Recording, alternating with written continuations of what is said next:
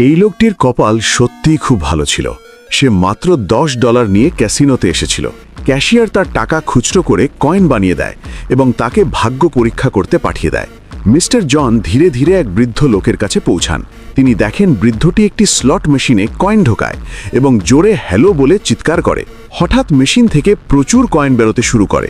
তখনই জনের নজর একটি অন্য মেশিনের ওপর পড়ে, যেটি হালকা জ্বলজ্বল করছিল। কিছু না ভেবেই সে সেই মেশিনে বসে পড়ে। সেও একটি কয়েন বের করে, আঙুল দিয়ে ঘষে মেশিনে ঢোকায় এবং জোরে হ্যালো বলে।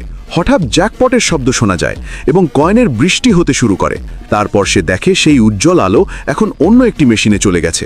সে দ্বিতীয় কয়েনটি বের করে একইভাবে ঘষে নতুন মেশিনে ঢোকায় এবং আবার হ্যালো বলে। আরও একবার জ্যাকপট লেগে যায়। একজন ওয়েট্রেস এসে তাকে $100 জেতার জন্য অভিনন্দন জানাতে থাকে। জন পুরো শকের মধ্যে ছিল। সে বুঝতেই পারছিল না কি হচ্ছে। এরপর সে দেখে সেই আলোটি আরও একটি মেশিনে চলে গেছে। পাশে বসা এক বৃদ্ধা তাকে সতর্ক করে বলেন, ওদিকে যেও না। কিন্তু জন তার কথা শোনে না। সে সেই উজ্জ্বল আলোর পিছু পিছু পরবর্তী মেশিনে পৌঁছে যায়। তৃতীয় কয়েনটি ঢোকায় এবং আবার সেই জাদুকরী শব্দ বলে হ্যালো। আবারও জ্যাকপট। এবার সেই বৃদ্ধা আসল রহস্য বুঝে ফেলেন। তিনিও পাশের একটি মেশিনে বসেন এবং জনের মতো একই কাজ করতে থাকেন। তিনিও জ্যাকপট পেয়ে যান। কোণে থেকে ক্যাসিনোর মালিক সব কিছু দেখছিলেন। তিনি দীর্ঘশ্বাস ফেলেন। ততক্ষণে জন 25 বার জ্যাকপট মেরে দিয়েছে।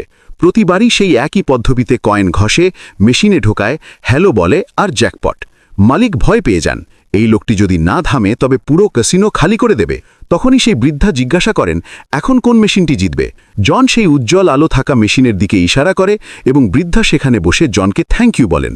এখন জন না টাকা নিয়েই চলে যাচ্ছিল, কিন্তু স্টাফরা তাকে আটকে দেয় এবং সরাসরি মালিকের অফিসে নিয়ে যায়।